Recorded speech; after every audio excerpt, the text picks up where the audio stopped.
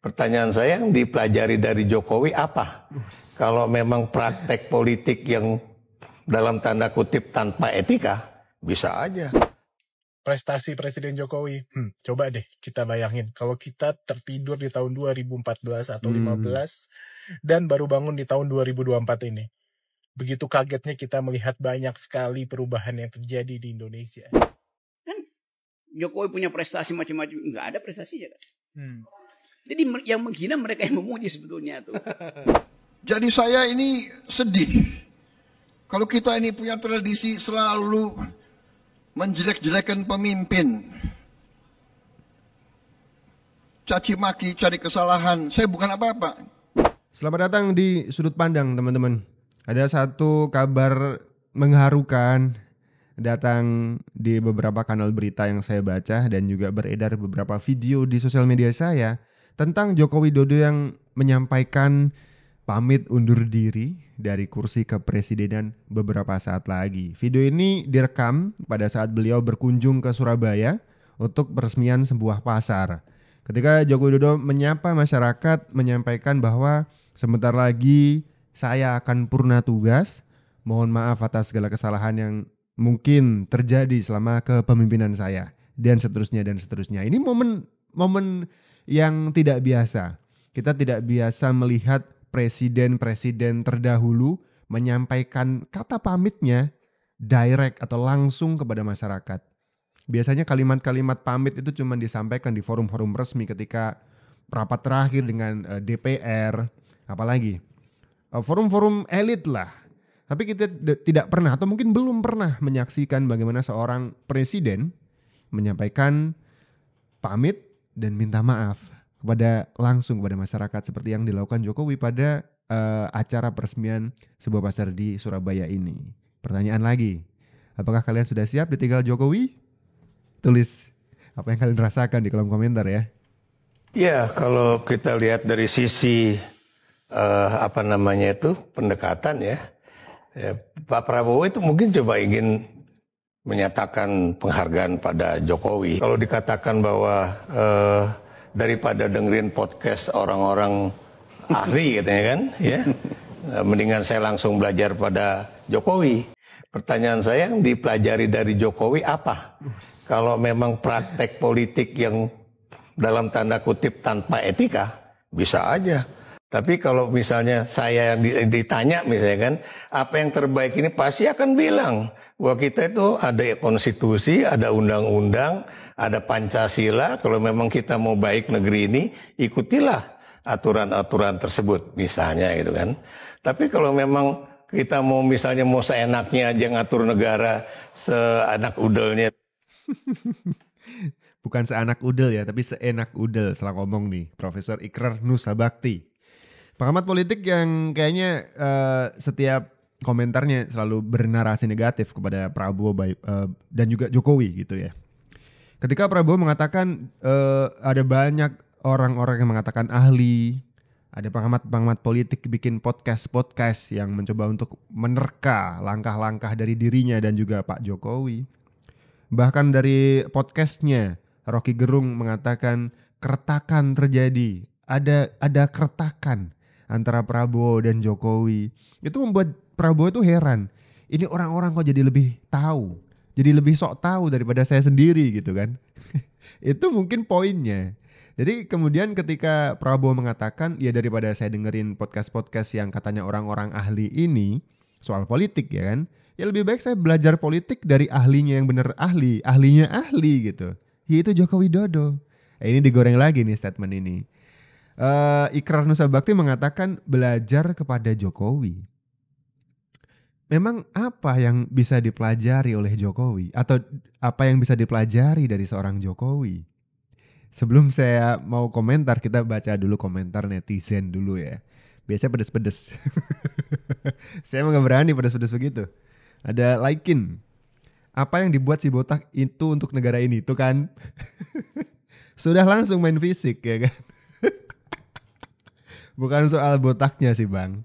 Ya tapi itu mungkin komentar kontra aja sih ya. Kalau Ikrar Nussabakti mengatakan apa yang bisa dipelajari dari seorang Jokowi, netizen bilang ya apa yang sudah dibuat sama si botak ini untuk negara gitu. Oke. Tidak akan kita berpanjang soal botak-botak ini ya. Kisu, Jokowi orang cerdas, setuju. Nanti kita komentar lah. Ada Mulyati, mau ngomong apa kek? Pak Jokowi di mata rakyat the best, boleh. Kan kalau surveinya 75 lagi, 75 sampai 80% kan puas dengan kinerja Jokowi. Nah mungkin Ikrar Nusa Bakti ini termasuk yang 25% yang gak puas. Begitu cara memahaminya. User 9026, orang-orang sakit hati. Atta Barandilan, woi orang tua. Kan netizen tuh begini. Woi orang tua, Jokowi pintar menjalankan pemerintahan dengan cara membangun semuanya. Itu yang dipelajari oleh Prabowo, bos. Sama orang tua jangan gitu lah. Nah saatnya saya komentar deh. Nanti kalian juga boleh komentar. Tulis komentar kalian tentang statement dari Ikrar Nusa Bakti ini. Kata Ikrar Nusa Bakti, apa yang mau dipelajari Prabowo dari Jokowi? Gak ada gitu.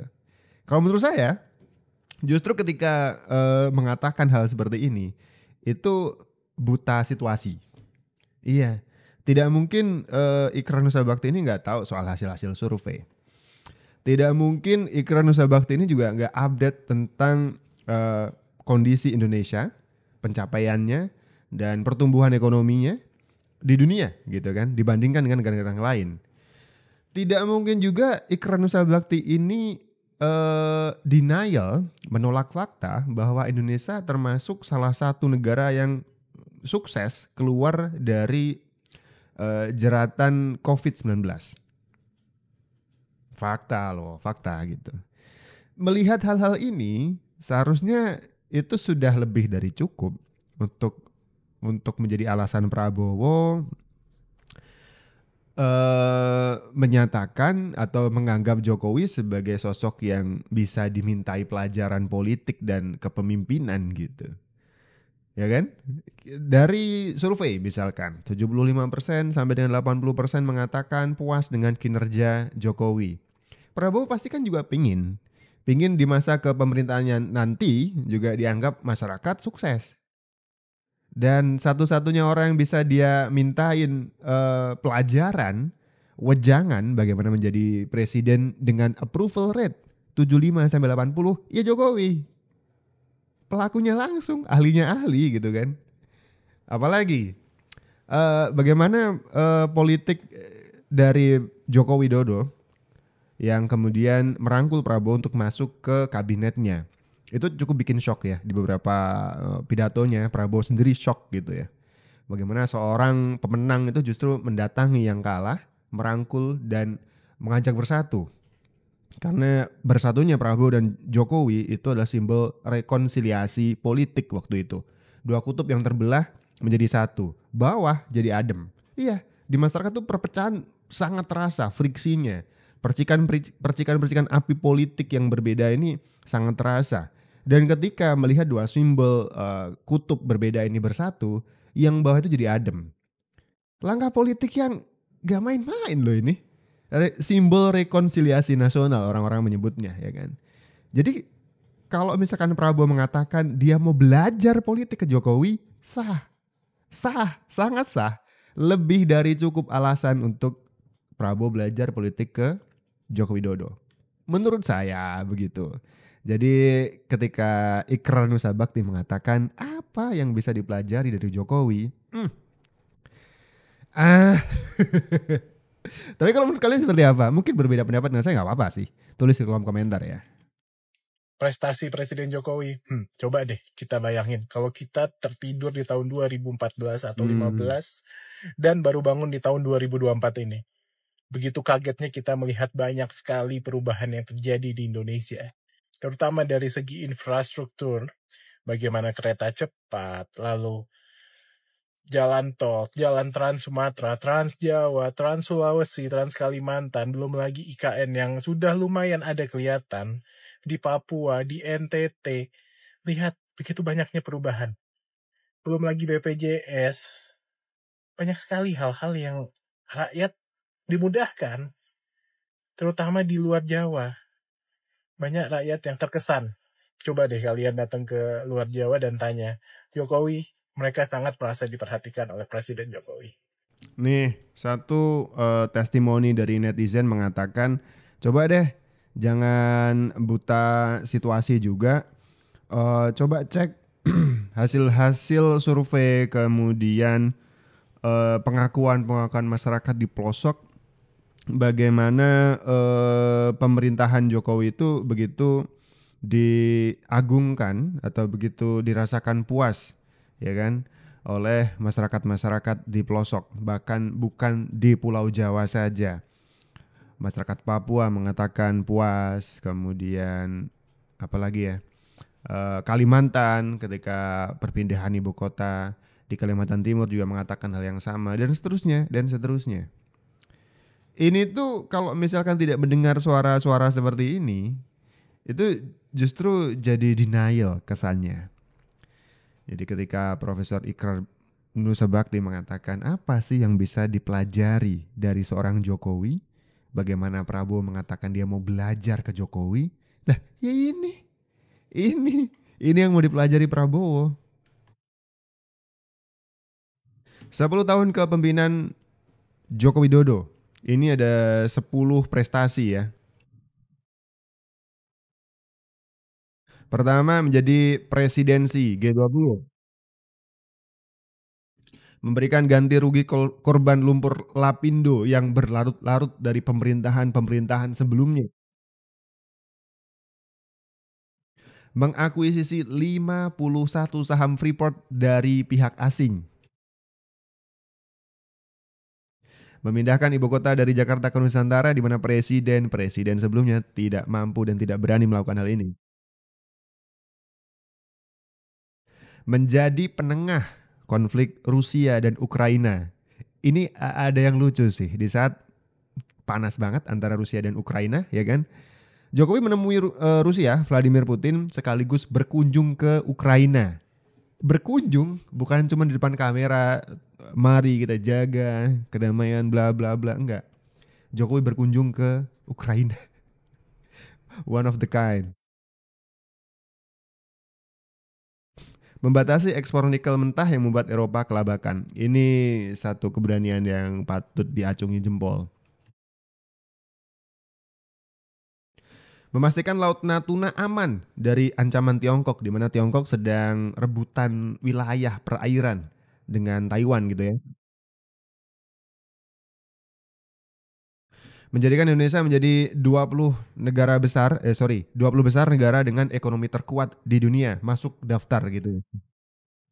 Tuh, itu cuma 10 ya. Kita belum bahas soal infrastruktur, kebijakan-kebijakan yang lain. Ada BPJS yang mulai dimaksimalkan di era Jokowi ini, apalagi BLT, Bansos, dan seterusnya. Itu kita masih punya daftar panjang sekali. Jadi masihkah mengatakan tidak ada yang bisa dipelajari dari kebijakan-kebijakan selama 10 tahun era kepemimpinan Jokowi? Serius? Kan Jokowi punya prestasi macam-macam, nggak ada prestasinya kan. Jadi yang menghina mereka yang memuji sebetulnya tuh. Kalau kita mau jujur dalam berlogika itu. Sama sekali tidak melihat ada prestasi dari Jokowi. Apa coba? Kalau orang-orang menggembar-gemborkan kan infrastruktur. Iya, infrastrukturnya kan berantakan semua kan. Coba tuh yang bikin infrastruktur Wika. Sekarang Wika itu karyawannya nggak mau digaji sama Bank Mandiri, padahal sama-sama BUMN. Apa tuh artinya? Oke, ya namanya Rocky Gerung ya. Ditanya apa prestasi Jokowi, emang nggak ada. Udah gitu aja. Tidak perlu kita debatkan ya. Next. Bukti keberhasilan Presiden Jokowi. 10 tahun memimpin Indonesia, Presiden Jokowi berhasil menurunkan tingkat inflasi Indonesia hingga 2,84% dan menjadi salah satu yang terbaik di dunia. Penurun yang sangat signifikan ini adalah bukti kerja keras dan keseriusan Presiden Jokowi memimpin Indonesia. Mengingat pada awal kepemimpinannya, tepatnya pada 10 tahun yang lalu tingkat inflasi Indonesia mencapai angka 8,36% di tahun 2014. Keberhasilan ini semua tak lepas dari kebijakan keterjangkauan harga, terjaganya ketersediaan pasokan, kelancaran distribusi, serta komunikasi yang efektif antar pemangku kepentingan, terutama terkait bauran kebijakan fiskal, moneter, hingga sektor real. Tidak cukup sampai di situ saja, Keberhasilan ini tak lepas dari keberhasilan pemerintah Jokowi dalam meningkatkan produksi pertanian dengan penambahan alokasi pupuk subsidi maupun akses biaya pada sektor pertanian melalui kredit usaha rakyat dengan porsi penyaluran mencapai 30,4%.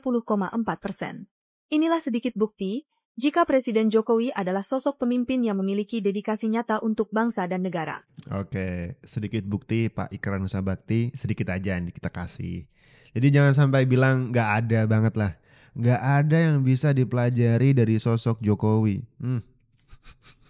Bahkan soal inflasi ini mendapat pujian dari Prabowo Subianto sendiri ya.